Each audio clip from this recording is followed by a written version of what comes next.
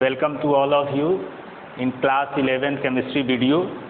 तो हम लोग आज आगे बात करेंगे। हमने पिछले वीडियो में आपको बताया था मॉडर्न पीरियोडिक टेबल के बारे में, और आज मॉडर्न पीरियोडिक टेबल के बाद आज हम लोग पीरियोडिसिटी के बारे में बात करेंगे कि एलिमेंट की पीरियोडिक टेबल में पीरियोडिसिटी क्या होती है।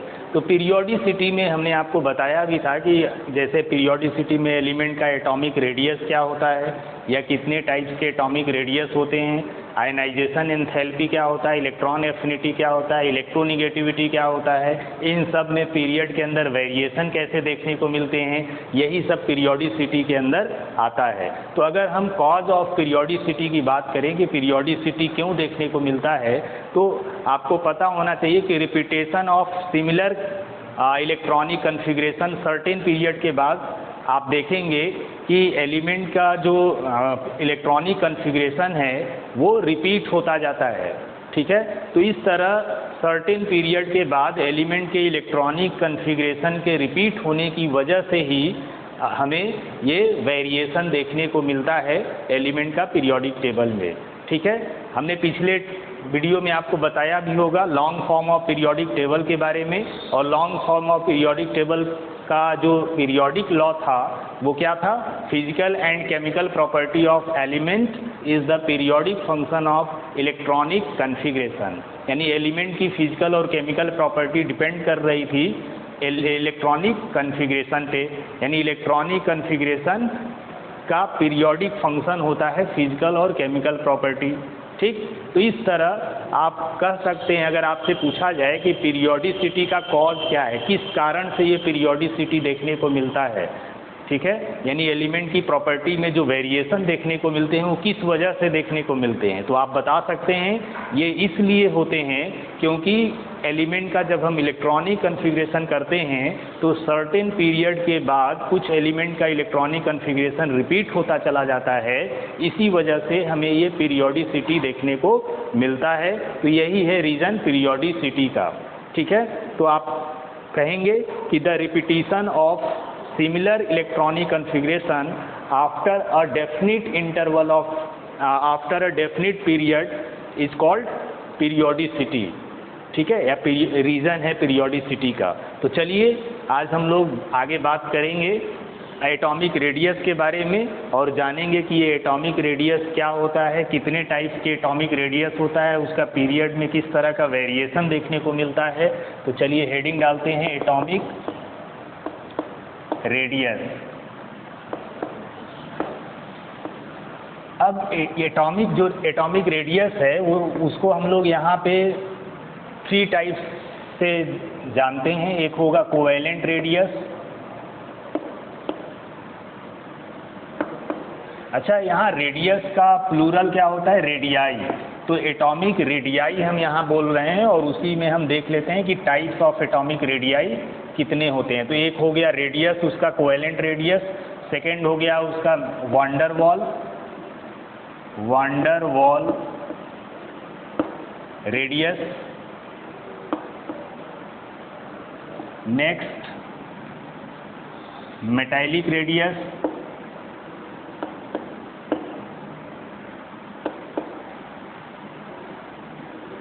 और उसके बाद नेक्स्ट आयनिक रेडियस। तो जब भी हम लोग रेडियस की बात करेंगे तो हमारा रेडियस का मतलब होगा कोवेलेंट रेडियस से ही। ठीक है, अगर एटॉमिक रेडियस की भी बात किया जाए, एटॉमिक रेडियस के बारे में आपसे पूछा जाए तो आप कोवेलेंट रेडियस ही समझ के उसको जवाब देंगे। ठीक है, तो अब ये एटॉमिक रेडियस होता क्या है, ठीक, फिर उसके बाद इसके बाद हम लोग देखेंगे कोवेलेंट रेडियस क्या है, वांडर वॉल रेडियस क्या है, और मेटालिक रेडियस क्या है, और फिर उसके बाद आयनिक रेडियस के बारे में जानेंगे।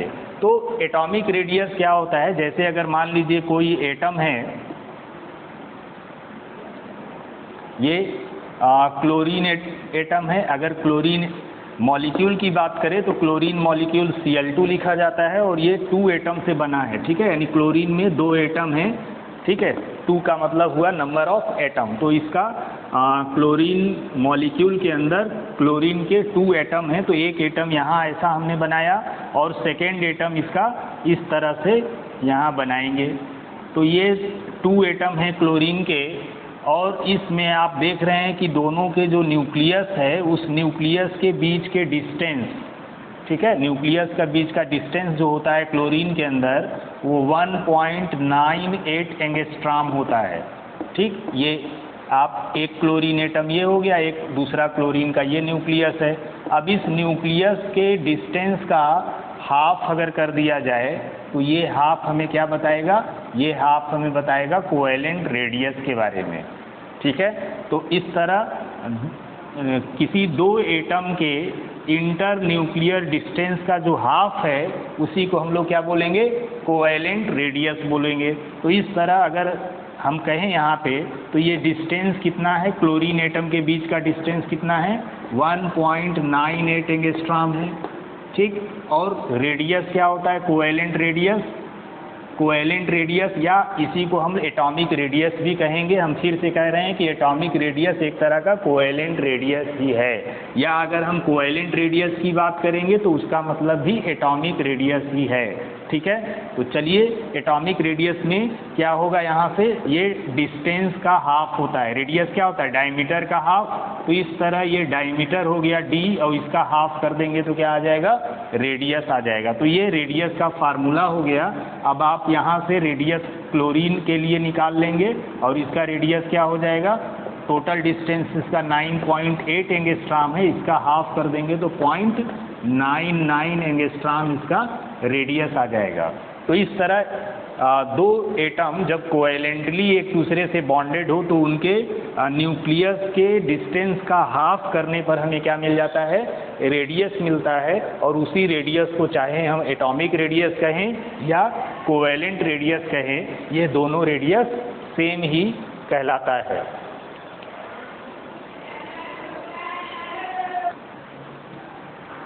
तो अगर हम एटॉमिक रेडियस की डेफिनेशन की बात करें कि एटॉमिक रेडियस को कैसे हम डिफाइन करेंगे, तो अभी हमने आपको बताया कि ये इंटर न्यूक्लियर डिस्टेंस के हाफ को, 2 एटम के इंटर न्यूक्लियर डिस्टेंस के हाफ जब करते हैं तो हमें क्या मिल जाता है, एटॉमिक रेडियस मिलता है। तो यहाँ से आप कह सकते हैं the distance from the centre of the nucleus of the outermost cell of electron। ठीक है, तो इलेक्ट्रॉन आउटर मोस्ट सेल, जब डिस्टेंस हम लेते हैं centre of the nucleus of the outermost shell of electron, अगर कोई एटम है तो उसके आउटर मोस्ट सेल का न्यूक्लियस से जो डिस्टेंस होगा उसको हम लोग क्या बोलेंगे। ठीक है, ये आउटर, मान लीजिए डिफरेंट सेल्स है किसी बोर्स के अकॉर्डिंग, आप जानते हैं कि डिफरेंट सेल्स होते हैं जहाँ पे इलेक्ट्रॉन रिवॉल्व करता है न्यूक्लियस के अराउंड। तो आउटर मोस्ट सेल और न्यूक्लियस के बीच के डिस्टेंस के हाफ को क्या कहेंगे, बीच के डिस्टेंस को क्या कहा जाएगा, the distance from the centre of the nucleus of the outermost shell of electron. मान लीजिए ये न्यूक्लियस है, अब ये न्यूक्लियस के सेंटर और यहाँ आउटर मोस्ट सेल है जहाँ पे इलेक्ट्रॉन रिवॉल्व कर रहा है, तो इसके बीच का जो डिस्टेंस है, इसी डिस्टेंस को हम क्या बोलते हैं, एटॉमिक रेडियस। तो ये एटॉमिक रेडियस हुआ। अब ये एटॉमिक रेडियस कई टाइप्स का देखने को मिलता है, तो एक को हम लोग बोलते हैं कोवेलेंट रेडियस। तो चलिए देख लेते हैं कोवेलेंट रेडियस क्या है। फिर से एक बार हम बताएं आपको कि इस तरह यहाँ पे जब भी हम रेडियस की बात करेंगे तो हमारा कोवेलेंट रेडियस ही एक तरह से एटॉमिक रेडियस को भी रिप्रेजेंट करेगा। तो इस तरह अगर कोवेलेंट रेडियस के बारे में कहा जाए तो कोवेलेंट रेडियस क्या होगा, ये कोवेलेंट रेडियस होता है half of the inter nuclear distance between two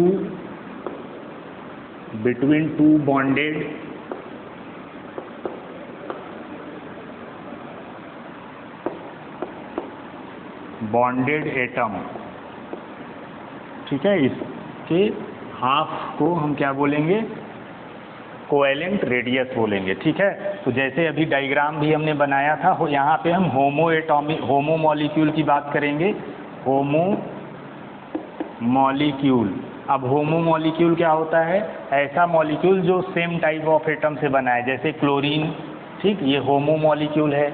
अब आप यहाँ पे देखेंगे कि ये क्लोरीन के दो एटम इस तरह एक कोवेलेंटली बॉन्डेड होंगे और इनके न्यूक्लियस के, ये इनका न्यूक्लियस है और न्यूक्लियर डिस्टेंस का हाफ जब कर देंगे तो इस न्यूक्लियर डिस्टेंस का हाफ ये क्या कहलाएगा, ये कहलाएगा कोवेलेंट रेडियस। ठीक, तो इस तरह होमो एटॉमिक मॉलिक्यूल की अगर बात करें, यानी ऐसा मॉलिक्यूल जो सेम टाइप ऑफ एटम से बना हो, जैसे ये Cl2 क्लोरीन मॉलिक्यूल की बात करें तो ये क्लोरीन के दो एटम इस तरह आपस में जुड़ेंगे और उनके न्यूक्लियस के डिस्टेंस का हाफ क्या कहलाएगा, यहाँ पे कोवेलेंट रेडियस कहलाएगा। तो ये तो होमो एटॉमिक मॉलिक्यूल के लिए हो गया। अगर हेट्रो एटॉमिक मॉलिक्यूल आ जाएं, ठीक है, तो वहाँ पे कैसे हम इसका कोवेलेंट रेडियस बताएंगे, इसको भी हमें देखना है।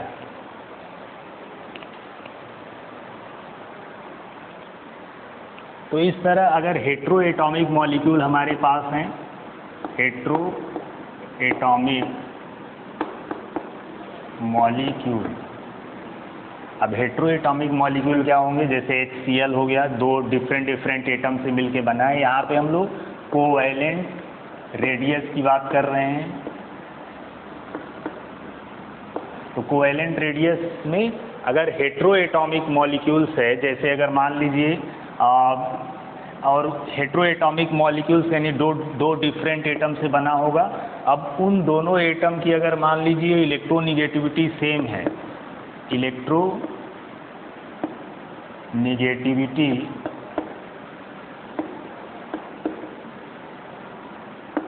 सेम, ठीक, अगर उनकी इलेक्ट्रोनिगेटिविटी सेम है तब उनका कैसे हम निकालेंगे यहाँ पे रेडियस। तो ये मान लीजिए A एटम है और ये दूसरा B एटम है। अब इनके न्यूक्लियस, ठीक, इनके न्यूक्लियस के बीच का डिस्टेंस ये हमें पता करना है। रेडियस हमेशा क्या होगा, न्यूक्लियर डिस्टेंस का हाफ ही होगा। ये आपको दिमाग में बैठा लेना चाहिए कि रेडियस जब भी हम बात करेंगे तो वो डिस्टेंस जो भी होगा न्यूक्लियस के बीच का उसका हाफ लिया जाएगा। तो यहाँ पे ये न्यूक्लियर डिस्टेंस हमें निकालना होगा। अगर ये न्यूक्लियर डिस्टेंस हमें पता हो गया और यहाँ पे ये भी है कि ये दोनों एटम कैसे हैं, ये दोनों एटम डिफरेंट हैं लेकिन दोनों की इलेक्ट्रोनिगेटिविटी सेम है। तो दोनों की इलेक्ट्रोनिगेटिविटी सेम है तो अगर हम इनका ये डिस्टेंस निकाल ले बीच का, A B के बीच का डिस्टेंस, तो ये होगा RA प्लस RB। अगर दोनों एटम की इलेक्ट्रोनिगेटिविटी सेम है तो डिस्टेंस इस तरह निकाल लेंगे और फिर उसका रेडियस हम अगर निकालने जाएं तो रेडियस हो जाएगा उसके बीच के डिस्टेंस का हाफ, ये रेडियस हो जाएगा कोवेलेंट रेडियस। ठीक है, किसमें, ऐसा हेट्रो एटॉमिक मॉलिक्यूल में जिनकी इलेक्ट्रोनिगेटिविटी क्या होगी, सेम होगी। ठीक, अगर दूसरा टाइप का एटम ये होता है कि अगर इलेक्ट्रोनिगेटिविटी डिफरेंट हो, वो दोनों मॉलिक्यूल हेट्रो एटॉमिक हो लेकिन यानी हेट्रो एटॉमिक मॉलिक्यूल हो लेकिन उनकी इलेक्ट्रोनिगेटिविटी क्या है, अब सेम ना हो के क्या हो जाए, डिफरेंट हो जाए। तो इफ इलेक्ट्रोनिगेटिविटी को हम इस तरह लिखेंगे शॉर्ट में, इफ इलेक्ट्रोनिगेटिविटी इज डिफरेंट। ठीक, अगर इलेक्ट्रोनिगेटिविटी डिफरेंट है, जैसे इसी में A का इलेक्ट्रोनिगेटिविटी B से ज़्यादा है, अब अगर ऐसा हो जाए कि एक की इलेक्ट्रोनिगेटिविटी दूसरे एटम से ज़्यादा हो जाए तब उनके बीच का जो न्यूक्लियस के बीच का डिस्टेंस है, ये A एटम है, ये B एटम है।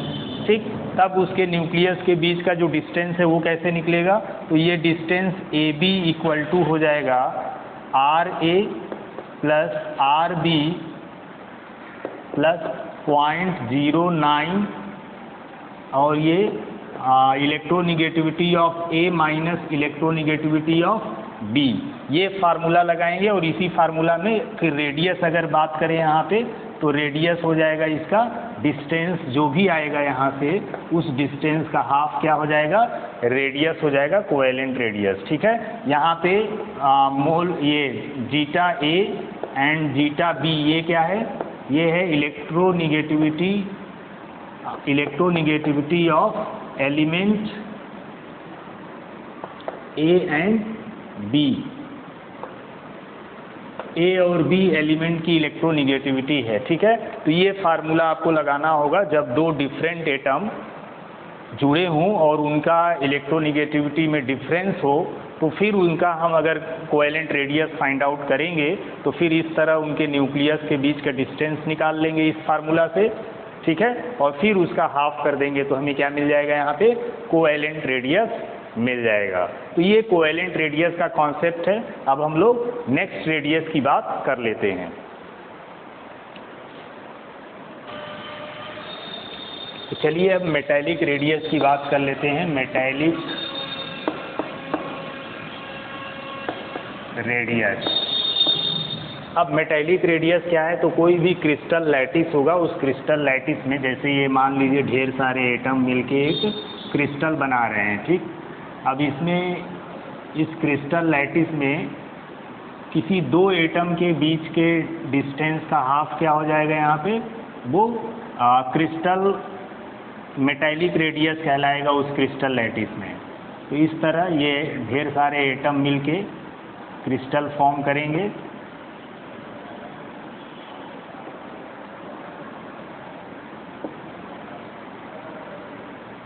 आप इसको अच्छे से स्फेरिकल शेप अच्छा बनाएंगे, ठीक है। तो इस तरह मान लीजिए ये एक मेटल, दूसरा मेटल ये है, तो इन दोनों मेटल के न्यूक्लियस के बीच का डिस्टेंस, अब ये ओवरलैप तो करेंगे नहीं क्योंकि ये क्रिस्टल लैटिस है, ठीक है। इसको लैटिस बोलते हैं, जो भी स्ट्रक्चर ये बना ढेर सारे एटम के मिलने से, तो इसको लैटिस बोला जाता है और ये क्रिस्टल लैटिस है, ठीक। एक क्रिस्टल के मिलने से लैटिस फॉर्म हुआ।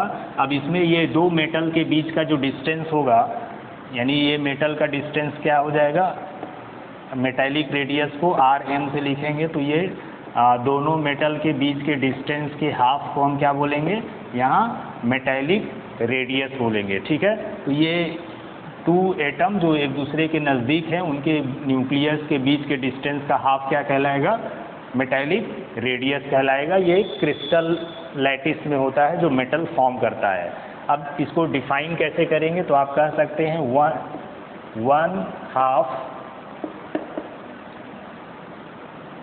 One half of the inter nuclear distance between the two neighboring atoms of metal in metallic lattice, ठीक। तो किसी मेटालिक लैटिस में दो नेबरिंग एटम के बीच के डिस्टेंस का 1/2 यानी 1/2, ठीक है। 1/2 मतलब 1/2, तो ये उसके बीच के डिस्टेंस के 1/2 को हम क्या कहेंगे, दो नेबरिंग एटम के बीच के डिस्टेंस के हाफ को मेटालिक रेडियस कहा जाता है, और ये क्रिस्टल लैटिस या मेटालिक लैटिस के अंदर देखने को मिलता है।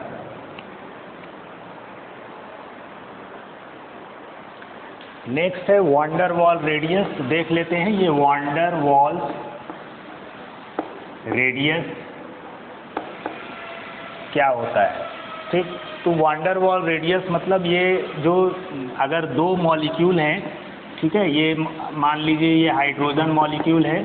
अब इस हाइड्रोजन मॉलिक्यूल के आसपास एक दूसरा हाइड्रोजन मॉलिक्यूल आ जाए, ठीक। तो इस तरह दो मॉलिक्यूल जितना पास आ सकते हैं उतना पास वो आ गए हैं। अब एक दूसरे से ओवरलैप नहीं करेंगे और ना ही एक दूसरे के कांटेक्ट में आएंगे, क्योंकि ये दोनों गैसियस मॉलिक्यूल हैं।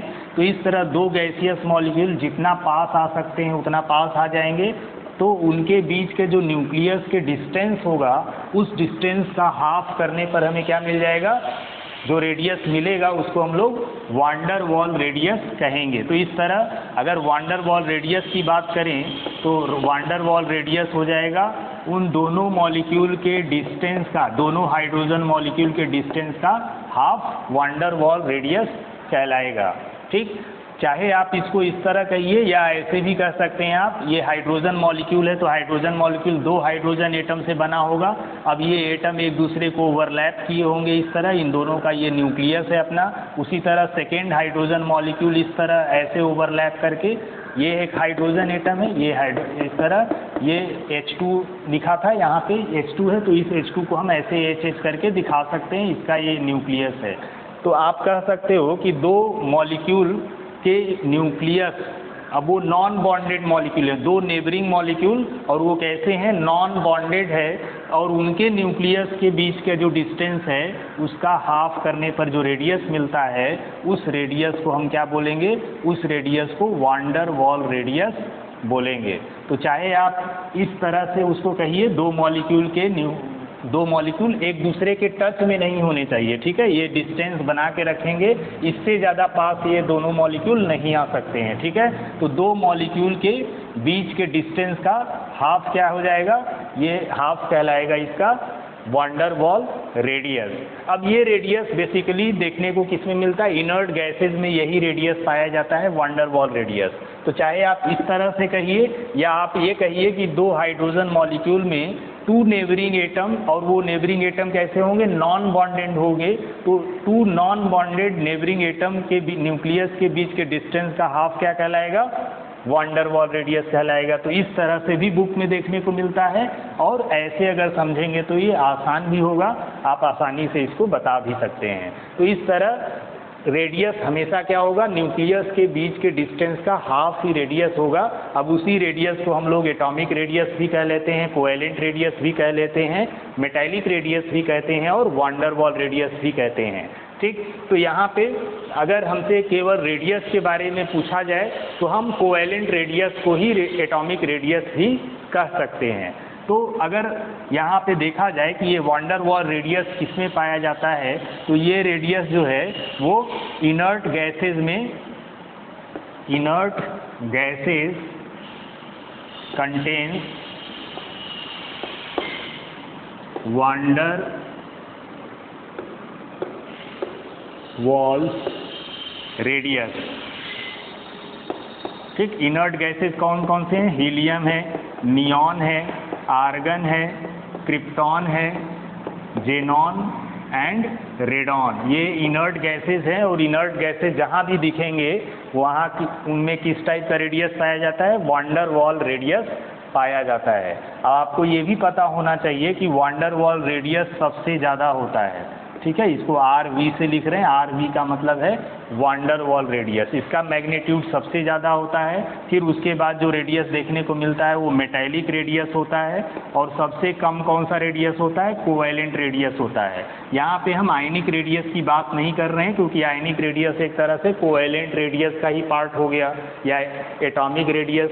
ठीक, तो आयनिक रेडियस में जब एटम से कोई आयन इलेक्ट्रॉन निकलेगा या उसके अंदर इलेक्ट्रॉन आएगा, तो जो रेडियस एटम का साइज बढ़ेगा या घटेगा, तो उसमें न्यूक्लियस और आउटर मोस्ट इलेक्ट्रॉन के बीच का जो डिस्टेंस देखने को मिलेगा वो आयनिक रेडियस कहलाएगा। तो वो आयन में हम लोग डिस्कस करेंगे वो स्पेशल तरीके से। तो अगर आपसे पूछा जाए कि एटॉमिक रेडियस कितने टाइप्स के होते हैं, तो आप बताएंगे there are 3 types of atomic radius. First is covalent radius, second is metallic radius, and metallic radius is also known as lattice radius. ठीक है, लैटिस रेडियस भी कहा जाता है मेटालिक रेडियस को। उसके बाद नेक्स्ट हम लोगों ने देखा वांडर वॉल रेडियस। अब इस तरह रेडियस के बारे में आपके दिमाग में आइडिया आ गया होगा कि रेडियस क्या है, किसी 2 एटम के न्यूक्लियस के बीच के डिस्टेंस के हाफ को हम लोग क्या बोलते हैं, रेडियस बोलते हैं। ठीक, अगर वो मॉलिक्यूल कोवेलेंटली बॉन्डेड है तो वहाँ पे जो डिस्टेंस का हाफ आ रहा था उसको हम लोग कोवेलेंट रेडियस कह रहे थे। और अगर 2 लैटिस के अंदर मेटल के बीच के डिफरेंस के, मेटल के बीच के, यानी 2 नेबरिंग मेटल के बीच के न्यूक्लियस के बीच के डिस्टेंस के हाफ को हमने क्या कहा, मेटालिक रेडियस कहा। और फिर जब 2 मॉलिक्यूल, गैसियस मॉलिक्यूल एक दूसरे के जितना पास आ सकते थे आ गए, और तब उनके बीच के न्यूक्लियस के डिस्टेंस के हाफ को हम लोग यहाँ पे वांडर वॉल रेडियस के नाम से जानते हैं। तो इस तरह वांडर वॉल रेडियस का मैग्नीट्यूड आपको ज़्यादा लग भी रहा होगा, क्योंकि ये मॉलिक्यूल एक दूसरे के टच में नहीं है। कोवेलेंट रेडियस में मॉलिक्यूल क्या कर रहे थे, कोवेलेंट रेडियस में मॉलिक्यूल एक दूसरे में ओवरलैप कर रहे थे, तो ओवरलैप करने से क्या हो गया, डिस्टेंस कम हो गया बीच का, ठीक है, क्योंकि ये ओवरलैप किए हुए हैं। मेटेलिक रेडियस में वो मॉलिक्यूल एक दूसरे के टच में थे, इसलिए ये आपका कोवेलेंट रेडियस हो गया। अब ये मेटेलिक रेडियस में टच में थे, तो यहाँ पे आपको दिख रहा होगा ये डिस्टेंस थोड़ा ज़्यादा होगा, ठीक है, इसके इस डिस्टेंस के मुकाबले अगर इस डिस्टेंस की बात करें तो इससे ये थोड़ा ज़्यादा डिस्टेंस है, ठीक, यानी इसीलिए हमने बताया कि यहाँ पे ये जो मेटेलिक रेडियस है वो ज़्यादा होता है। और अगर वांडर वॉल रेडियस की बात करें तो वांडर वॉल रेडियस में ये दो मॉलिक्यूल है, एक H2 और दूसरा ये H2, अब इसका डिस्टेंस का हाफ करेंगे तो ये और ज़्यादा मिलेगा आपको, ठीक। तो इसीलिए हमने कहा कि जो वांडर वॉल रेडियस होता है वो सबसे ज़्यादा होता है, क्योंकि इसमें मॉलिक्यूल एक दूसरे के टच में आया ही नहीं है, और जब आया नहीं तो न्यूक्लियस के बीच के डिस्टेंस का हाफ ज़्यादा मिलेगा यहाँ पे।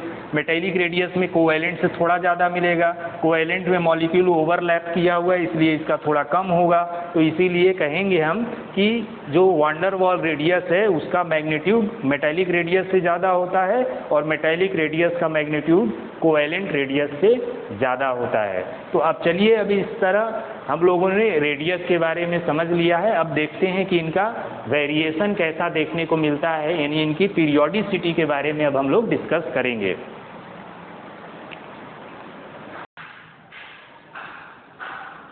अगर वेरिएशन की बात किया जाए, ठीक है, वेरिएशन या आप कह सकते हैं कि periodicity of atomic radius in period, ठीक है, या variation of atomic radius. Atomic radius का वेरिएशन सबसे पहले हम लोग पीरियड में देखेंगे। तो इन पीरियड, जब पीरियड में हम लोग लेफ़्ट टू राइट जाते हैं, लेफ़्ट से राइट की तरफ जब पीरियड में जाते हैं, हमने बताया था कि जब भी हम पीरियोडिसिटी के बारे में पढ़ते हैं तो उसमें हम पीरियोडिसिटी को चेक कैसे करेंगे, लेफ़्ट से राइट की तरफ चेक करेंगे, ठीक है।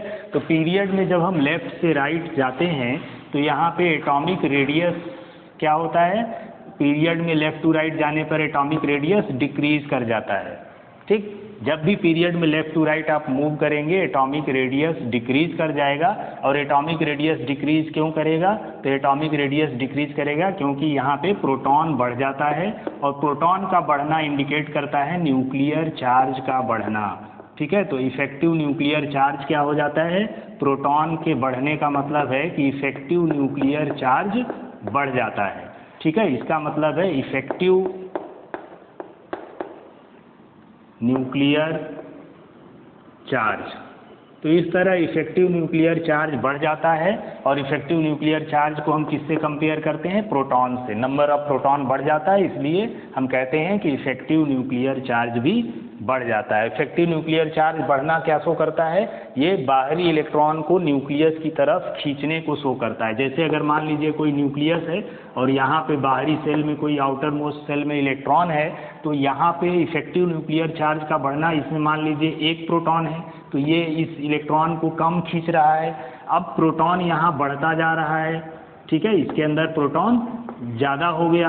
जितना ज़्यादा प्रोटॉन बढ़ता जाएगा इलेक्ट्रॉन को अपनी तरफ उतना खींचता चला जाएगा। तो जब इलेक्ट्रॉन को अपनी तरफ खींचता चला जाएगा तो साइज क्या होता जाएगा, छोटा होता जाएगा। इसीलिए जैसे जैसे हम पीरियड में लेफ़्ट टू राइट मूव करते हैं आप देखेंगे कि एटॉमिक नंबर उसका एक एक बढ़ता जाता है, यानी एक एक प्रोटॉन बढ़ता जाता है। और एक एक प्रोटॉन अगर बढ़ता जा रहा है तो न्यूक्लियस में प्रोटॉन यानी पॉजिटिव चार्ज ज़्यादा होते जा रहे हैं, और जितना ज़्यादा पॉजिटिव चार्ज न्यूक्लियस के अंदर होते जाएंगे हम कहेंगे उसका न्यूक्लियर चार्ज बढ़ रहा है। और न्यूक्लियर चार्ज ज़्यादा हो जाएगा तो फिर क्या करेगा, इलेक्ट्रॉन को आसानी से अपनी तरफ खींच ले जाएगा, और आसानी से खींच ले जाएगा तो वहाँ पे क्या होगा, वहाँ पे फिर साइज एटम की छोटी हो जाएगी। और एटम की साइज छोटी होने का मतलब हो गया कि उसका एटॉमिक रेडियस डिक्रीज कर जाएगा।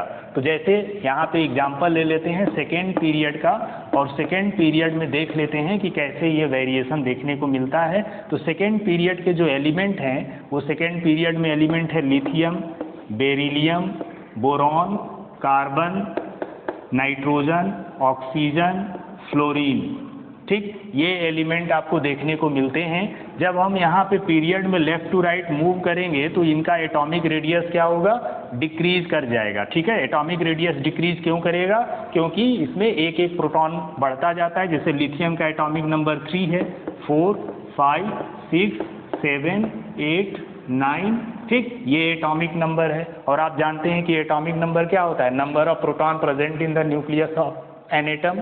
किसी एटम के न्यूक्लियस में जो प्रोटॉन होता है उसी को एटॉमिक नंबर कहते हैं। तो इसका एटॉमिक नंबर 3 है, इसका 4 हो जा रहा है, यानी इस लिथियम से बेरिलियम में जब जा रहे हैं तो एक एटॉमिक नंबर बढ़ने का मतलब एक प्रोटॉन बढ़ गया, फिर इससे इसमें गए एक और प्रोटॉन बढ़ गया, फिर इसमें एक और प्रोटॉन बढ़ गया।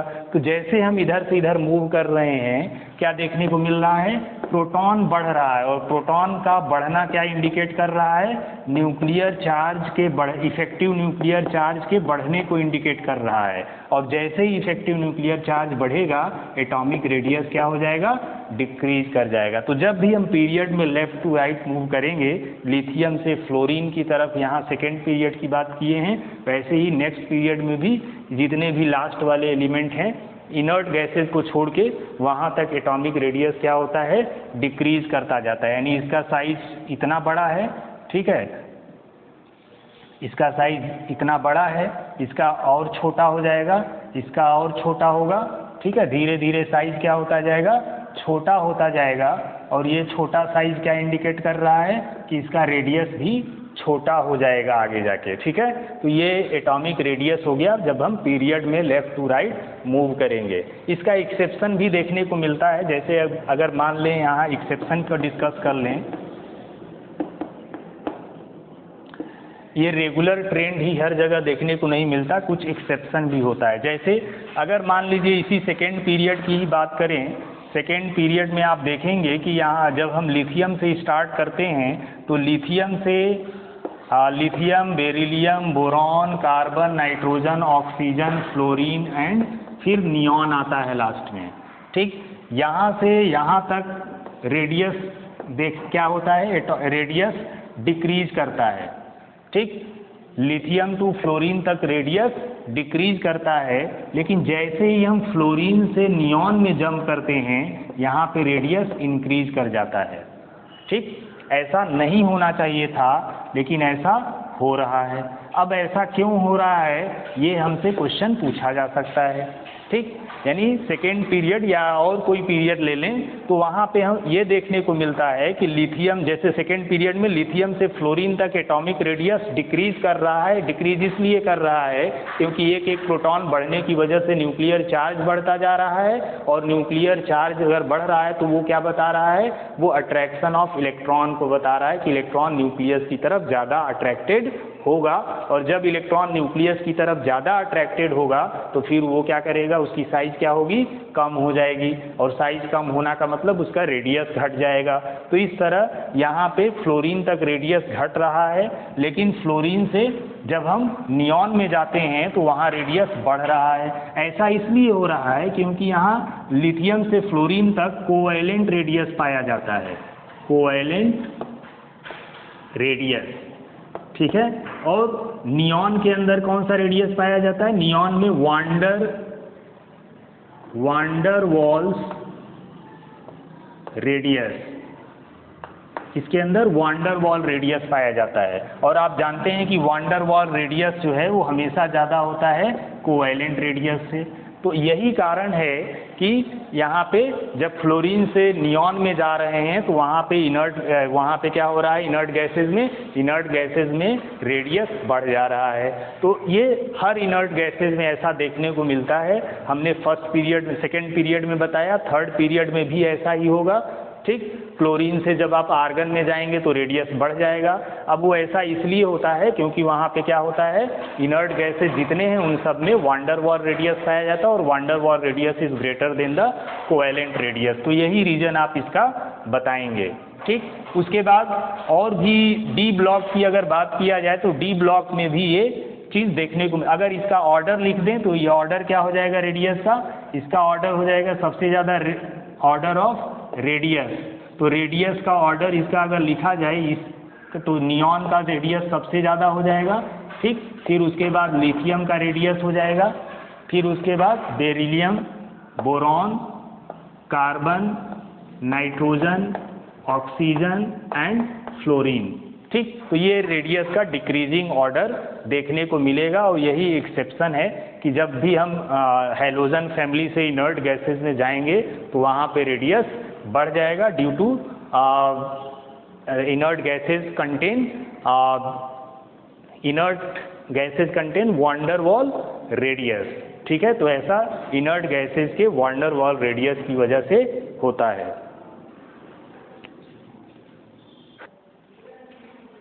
चलिए अब डी ब्लॉक की बात कर लेते हैं। डी ब्लॉक के बारे में हमने बताया था कि जो पीरियोडिक टेबल के मिडिल में एलिमेंट रखे गए होते हैं उनको डी ब्लॉक का एलिमेंट कहा जाता है और डी ब्लॉक के एलिमेंट को हम लोग ट्रांजिशन एलिमेंट भी कहते हैं। तो डी ब्लॉक में अगर डी ब्लॉक एलिमेंट को कई सीरीज में डिवाइड किया गया है, 3D series, 4D series, 5D series and 6D series. ठीक है, 4 सीरीज में डिवाइड किया गया है डी ब्लॉक के एलिमेंट को। हम लोग यहाँ फर्स्ट सीरीज का जो भी एक्सेप्शन होंगे या जो भी उनमें चेंजेस होगा, वेरिएशन होगा एटॉमिक रेडियस में, उसको देखेंगे और बाकी सारे सीरीज में कुछ इसी तरह का वेरिएशन देखने को मिलता है।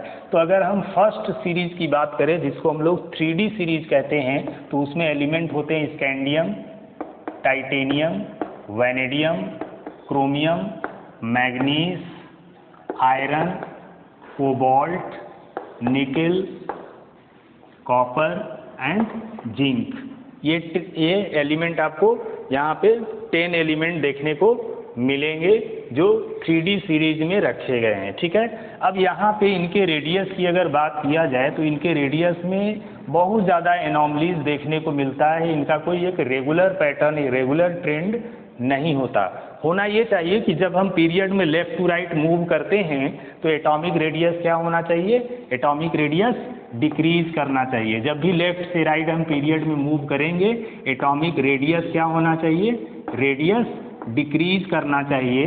अब क्यों ऐसा होगा? क्योंकि इसका न्यूक्लियर चार्ज बढ़ जाता है और इफेक्टिव न्यूक्लियर चार्ज बढ़ने की वजह से रेडियस डिक्रीज करना चाहिए। ये रेगुलर ट्रेंड देखने को मिलना चाहिए, लेकिन ये रेगुलर ट्रेंड देखने को नहीं मिलता। क्यों नहीं मिलता? अब यहाँ से अगर आप देखेंगे स्कैंडियम से लेके वैनेडियम तक, ठीक, स्कैंडियम से वैनेडियम में अगर आप देखेंगे तो यहाँ पे एटॉमिक रेडियस क्या होता है? यहाँ रेडियस डिक्रीज कर जाता है। ठीक है, अब ये रेडियस डिक्रीज क्यों करता है? तो इसमें जो जेड है, जेड मतलब प्रोटॉन है, ठीक है, जेड का मतलब है यहाँ पे, जेड मतलब प्रोटॉन। ठीक, तो जेड जो है वो ज़्यादा होता है इलेक्ट्रॉन रिपल्सन से। ठीक, proton is greater than the electron repulsion. तो क्या होता है? इलेक्ट्रॉन जो आउटर मोस्ट सेल में, ये मान लीजिए ये न्यूक्लियस है और न्यूक्लियस के बाहर आउटर मोस्ट सेल है, तो सेल के बीच में जो इलेक्ट्रॉन रिपल्सन है वो कम है, यानी इलेक्ट्रॉन एक दूसरे को कम, जो ये इनर सेल हैं, इनर सेल के अंदर भी इलेक्ट्रॉन है, तो ये इलेक्ट्रॉन आपस में जो रिपल्सन होना चाहिए उसको बहुत कम कर पा रहे हैं। जेड इतना ज़्यादा है कि वो उनको खींच ले रहा है अपनी तरफ, तो इस वजह से इनका रेडियस क्या हो जाता है? डिक्रीज कर जाता है। ये तो रेगुलर ट्रेंड को शो कर रहे हैं। ठीक है, यानी यहाँ तक सब कुछ ठीक है। जो रूल होना चाहिए था, रेडियस डिक्रीज करना चाहिए था लेफ्ट टू राइट यहाँ तक आने पे डिक्रीज कर भी रहा है, सब कुछ ठीक चल रहा है। लेकिन जब हम क्रोमियम से आगे बढ़ते हैं, क्रोमियम से हम कोबाल्ट की तरफ आते हैं, ठीक, जब क्रोमियम से कोबाल्ट की तरफ आते हैं तो रेडियस क्या हो जाता है? कांस्टेंट हो जाता है, कांस्टेंट, यानी रेडियस में अब किसी तरह का चेंज ज़्यादा देखने को नहीं मिलता। सबका रेडियस लगभग क्रोमियम से कोबाल्ट तक बराबर आने लगता है। ऐसा नहीं होना चाहिए था। होना ये चाहिए था कि आगे जैसे जैसे बढ़ेंगे रेडियस घटना चाहिए था, जैसे इधर घट रहा था। ठीक, लेकिन अब ये क्यों ऐसा हो रहा है ये भी हमें समझना चाहिए। यानी क्रोमियम से कोबाल्ट तक रेडियस घटना चाहिए था, लेकिन रेडियस ना घट के वो इक्वल आता चला जा रहा है, लगभग इक्वल आता रहा है। थोड़ा सा वेरिएशन हो सकता है, लेकिन वो लगभग ऑलमोस्ट क्या हो रहा है? इक्वल आता चला जा रहा है। अब ये चीज़ क्यों हो रहा है? तो ऐसा होने का क्या रीज़न हो सकता है? तो ये होने का जो रीज़न है वो एटॉमिक रेडियस जो यहाँ पे कांस्टेंट हो रहा है, वो इसलिए हो रहा है क्योंकि जो प्रोटॉन है वो इलेक्ट्रॉन इलेक्ट्रॉन रिपल्सन के बराबर हो जा रहा है। ठीक, यानी प्रोटॉन का जो इफेक्ट है वो इलेक्ट्रॉन इलेक्ट्रॉन रिपल्सन के इफेक्ट के लगभग बराबर हो रहा है। इसी वजह से उनका जो रेडियस है उसमें ज़्यादा चेंजेस देखने को नहीं मिल रहा है। यानी ये अपना काम कर रहा है, ये अपना काम कर रहा है, तो बीच में कोई अट्रैक्शन और रिपल्सन ऐसा कुछ ज़्यादा नहीं हो पा रहा है, जिसकी वजह से यहाँ पे रेडियस क्या हो रहा है, ये कांस्टेंट देखने को मिल रहा है। लेकिन जैसे ही हम यहाँ पे निकल से जिंक में जाते हैं, रेडियस क्या होता है, इंक्रीज कर जाता है। ठीक, उसको डिक्रीज करना चाहिए था, लेकिन रेडियस क्या होता है, इंक्रीज कर जाता है। अब ये रेडियस इंक्रीज करने का कारण ये है कि इलेक्ट्रॉन इलेक्ट्रॉन रिपल्सन क्या हो जाएगा, ग्रेटर देन जेड, यानी इलेक्ट्रॉन इलेक्ट्रॉन रिपल्सन प्रोटॉन के इफेक्ट से ज़्यादा हो जाता है। और जब इलेक्ट्रॉन इलेक्ट्रॉन रिपल्सन ज़्यादा हो जाता है, इलेक्ट्रॉन एक दूसरे को ज़्यादा रिपल कर देता है, तो थोड़ा दूर दूर हो जाता है और उसकी वजह से उसके बीच का जो रेडियस है या साइज़ है वो बढ़ जाता है। और यही रेडियस साइज़ का बढ़ा हुआ इफेक्ट हमें निकल से जिंक में दिखाई देता है।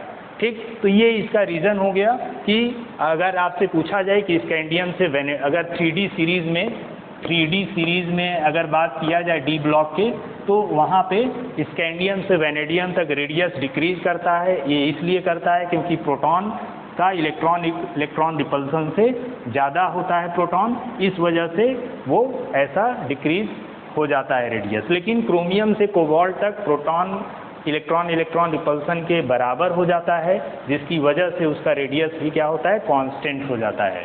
और निकल से जिंक में electron electron repulsion proton effect से ज़्यादा होता है, जिसकी वजह से यहाँ पे रेडियस इंक्रीज कर जाता है। अगर स्कैंडियम की बात करें तो इसका इलेक्ट्रॉनिक कन्फिग्रेशन क्या हो जाएगा, D1 हो जाएगा। टाइटेनियम का इलेक्ट्रॉनिक कन्फिग्रेशन D2 और इसका D3, क्रोमियम का D5, मैग्नीज का D5, आयरन का D6, कोबाल्ट का D7, निकल का D8, कॉपर का हो जाएगा D10 एंड जिंक का D10। ठीक, ये इनका इलेक्ट्रॉनिक कन्फिग्रेशन होगा एलिमेंट का। आप डी ब्लॉक में जब इलेक्ट्रॉन को फिल करेंगे, इन सभी का इलेक्ट्रॉनिक कन्फिग्रेशन करेंगे, तो इस तरह का डी ब्लॉक का कन्फिग्रेशन ऐसा देखने को मिलेगा। और यही रीज़न है कि इनमें इनके जो रेडियस या साइज कह लीजिए, उसमें इस तरह का वेरिएशन देखने को मिलता है। तो ये डी ब्लॉक का हो गया, यानी पीरियड में जो एलिमेंट का वेरिएशन है इस तरह होगा। आपको ये ध्यान रखना है, पीरियड में वेरिएशन जहाँ के जो एक्सेप्शन है उसको हमने डिस्कस किया है यहाँ पे, और बाकी जो पैटर्न है वो रेगुलर ट्रेंड ही देखने को मिलता है। यानी आप कह सकते हैं कि पीरियड में जब हम लेफ़्ट टू राइट मूव करते हैं तो एटॉमिक रेडियस क्या होता है, डिक्रीज करता है, और करना चाहिए, यही उसका वेरिएशन है पीरियड के अंदर। ठीक, लेकिन कहीं कहीं जो एक्सेप्शन होता है, उन एक्सेप्शन को हम, जैसे इसमें दिखा, उन एक्सेप्शन को हम इस तरह से पढ़ लेते हैं, लेकिन उसका रेगुलर पैटर्न ट्रेंड यही है कि पीरियड में जब हम लेफ्ट टू राइट मूव करेंगे तो एटॉमिक रेडियस डिक्रीज करेगा due to increase in effective nuclear charge. ठीक, तो ये आपको ध्यान रखना है। बाकी जहाँ पे एक्सेप्शन है उसको हम ऐसे स्टडी करते चलेंगे।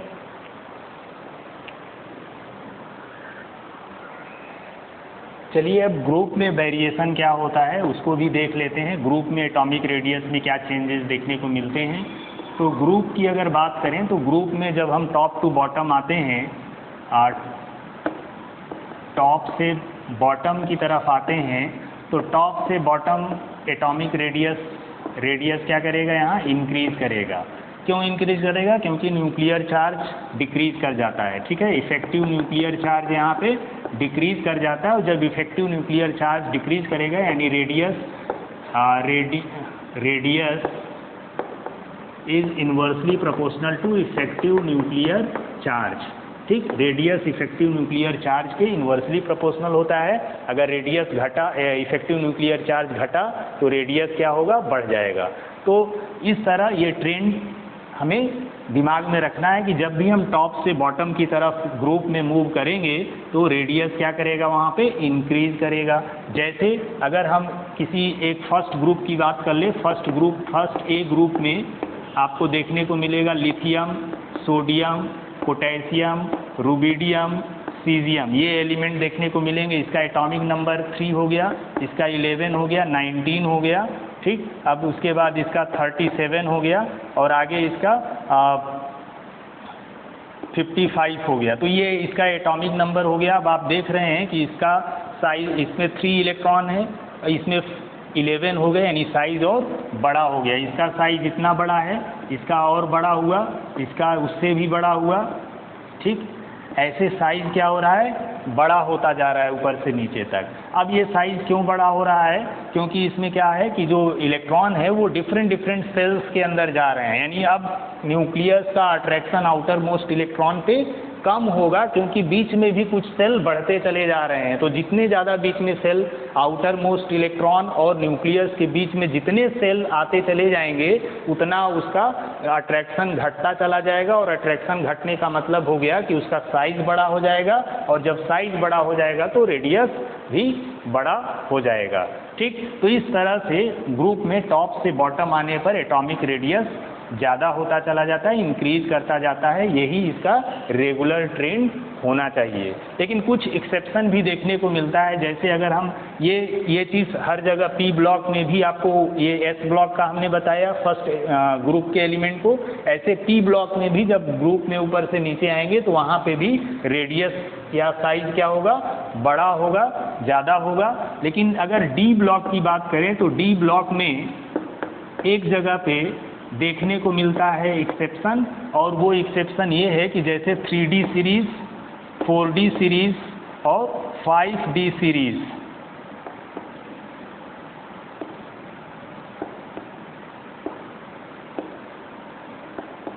ठीक। 3D सीरीज में स्कैंडियम हो गया, स्कैंडियम, एट्रियम और लैंथेनम। उसके बाद इसमें आगे एलिमेंट लें तो ये टाइटेनियम, और उसके बाद जर्कोनियम और हाफनियम, और यहाँ पे नेक्स्ट एलिमेंट वैनेडियम, वैनेडियम के नीचे आ जाएगा नायोबियम, और लास्ट में आ जाएगा टेंटेलम, ठीक है। टेंटेलम को TA से लिखते हैं, टेंटेलम, ठीक है, टेंटेलम बोलते हैं इसको। तो इस तरह से ये 3D सीरीज, यानी स्कैंडियम के नीचे वाले एलिमेंट टाइटेनियम के नीचे और वैनेडियम के नीचे एलिमेंट हैं। अब आपको ट्रेंड देखना है, यहाँ ग्रुप में ऊपर से नीचे आएंगे तो क्या होगा, रेडियस बढ़ता जाएगा, यानी स्कैंडियम के रेडियस से एट्रियम का रेडियस ज़्यादा होता है। ये ट्रेंड ये होना चाहिए, स्कैंडियम का रेडियस कम होना चाहिए किससे, यानी सबसे ज़्यादा रेडियस स्कैंडियम का रेडियस कम होगा एट्रियम से, और एट्रियम का रेडियस कम होना चाहिए लैंथेनम से। लेकिन एट्रियम और लैंथेनम, चलिए यहाँ पे तो फर्स्ट वाले में तो 3D सीरीज में तो ऐसा कुछ नहीं होता है, यानी इसमें ये देखा जाए तो लैंथेनम का साइज, सबका लैंथेनम का साइज क्या होगा, सबसे ज़्यादा होगा, फिर उससे कम एट्रियम का और सबसे कम स्कैंडियम का। लेकिन ये यहाँ पे साइज जो है, ये साइज बहुत ज़्यादा बड़ा नहीं होता है लैंथेनम का। एट्रियम और लैंथेनम लगभग एक समान साइज के या एक समान रेडियस के होते हैं। अब इसमें थोड़ा सा आप कह सकते हैं कि थोड़ा सा ज़्यादा होता है, लेकिन अगर हम आगे देखें टाइटेनियम का साइज़ छोटा होगा जर्कोनियम से, और जर्कोनियम का साइज़ जो है वो छोटा होना चाहिए नायोबियम से। लेकिन इधर से जब हम अच्छा हम लोग ग्रुप की स्टडी कर रहे हैं तो ग्रुप में ये हो गया, इसमें इस तरह यहाँ पे हम लिखेंगे, हाँ ठीक लिख रहे थे, जर्कोनियम, और फिर लास्ट में हाफनियम है, इसका साइज़ जो है लगभग इक्वल है। उसी तरह इसमें वैनेडियम, फिर उसके बाद नायोबियम, और फिर ये लगभग ऑलमोस्ट इक्वल हो जाता है टेंटेलम से। तो इस तरह ये जो इक्वल साइज हो रहा है जर्कोनियम का, हाफनियम का, नायोबियम का और टेंटेलम का, ये साइज क्यों इक्वल हो जा रहा है, इसी से रिलेटेड आपसे क्वेश्चन किया जा सकता है। ये एक्सेप्शन है यहाँ पे। अब ये साइज इसलिए इक्वल हो जा रहा है, इसको बोलते हैं लैंथेनाइड कॉन्ट्रैक्शन, ठीक है, लैंथेनाइड कॉन्ट्रैक्शन बोलते हैं। अब ये लैंथेनाइड कॉन्ट्रैक्शन की वजह से जब जर्कोनियम से हाफनियम में जाते हैं तो हाफनियम का साइज ग्रुप में क्या होना चाहिए, ऊपर से नीचे, आप देख रहे हो कि ऊपर से नीचे ग्रुप में नीचे है, तो हाफनियम का साइज रेडियस बड़ा होना चाहिए था जर्कोनियम से, लेकिन हाफनियम और जर्कोनियम दोनों का रेडियस ऑलमोस्ट इक्वल हो जा रहा है। उसी तरह जब वेनेडियम से नीचे आते तो वेनेडियम से नायोबियम में नायोबियम का रेडियस ज़्यादा है वेनेडियम से, यहाँ तक तो सब कुछ ठीक है। लेकिन जैसे ही नायोबियम से टेंटेलम में आते हैं तो टेंटेलम का रेडियस ज़्यादा होना चाहिए था नायोबियम से, लेकिन टेंटेलम और नायोबियम का रेडियस दोनों सेम हो जाता है। अब ऐसा किस लिए होता है, तो इसको हम बोलते हैं लैंथेनाइट कॉन्ट्रैक्शन की वजह से ऐसा होता है। अब ये लैंथेनाइट कॉन्ट्रैक्शन लैंथेनम के बाद देखने को मिलता है, इसीलिए इस वाले में ऐसा कुछ देखने को नहीं मिला। लैंथेनम के बाद जब एलिमेंट आते हैं तो उन्हीं में इस तरह का कॉन्ट्रैक्शन देखने को मिलता है। अब ये लैंथेनाइट कॉन्ट्रैक्शन क्या है, तो उसको अगर समझा जाए लैंथेनाइट कॉन्ट्रैक्शन को, तो आप जानेंगे ये न्यूक्लियस है और न्यूक्लियस के आसपास क्या होते हैं, आउटर ऑर्बिट होते हैं जिसमें इलेक्ट्रॉन रिवॉल्व करते रहते हैं। अब ये जो ये क्या है, आउटर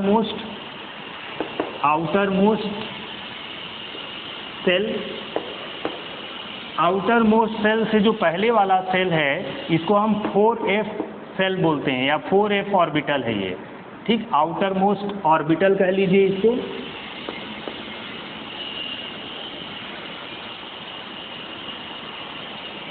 चलिए आउटर मोस्ट सेल ही रहने दीजिए।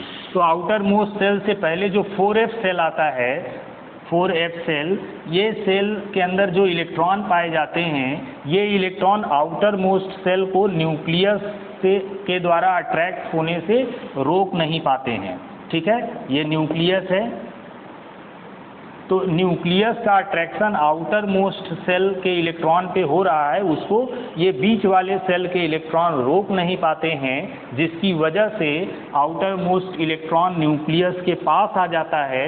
और जब आउटर मोस्ट इलेक्ट्रॉन इसमें आते समय न्यूक्लियस के पास चला जाएगा, ज़्यादा अट्रैक्शन हो जाएगा, तो फिर क्या होगा, साइज यहाँ पे ऑलमोस्ट इक्वल हो जाएगा। तो आप कह सकते हैं कि 4f इलेक्ट्रॉन के पुअर फील्डिंग की वजह से आउटर मोस्ट इलेक्ट्रॉन का न्यूक्लियस की तरफ खिंच जाना ही क्या कहलाता है, लैंथेनाइट कॉन्ट्रैक्शन कहलाता है। और ये लैंथेनाइट कॉन्ट्रैक्शन लैंथेनम सीरीज के, लैंथेनम के बाद वाले एलिमेंट में देखने को मिलता है। तो इस तरह लैंथेनाइट कॉन्ट्रैक्शन क्यों क्रिएट होता है, तो it created due to poor fielding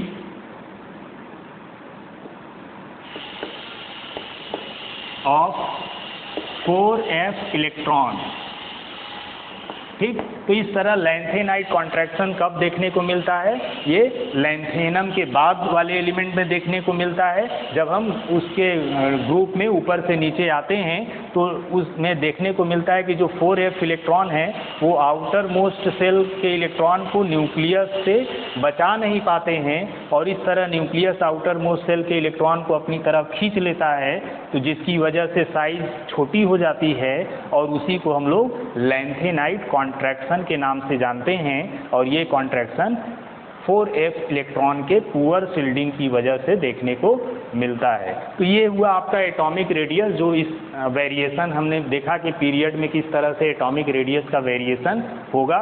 तो एटॉमिक रेडियस के टॉपिक में आज के लिए इतना ही। Thank you.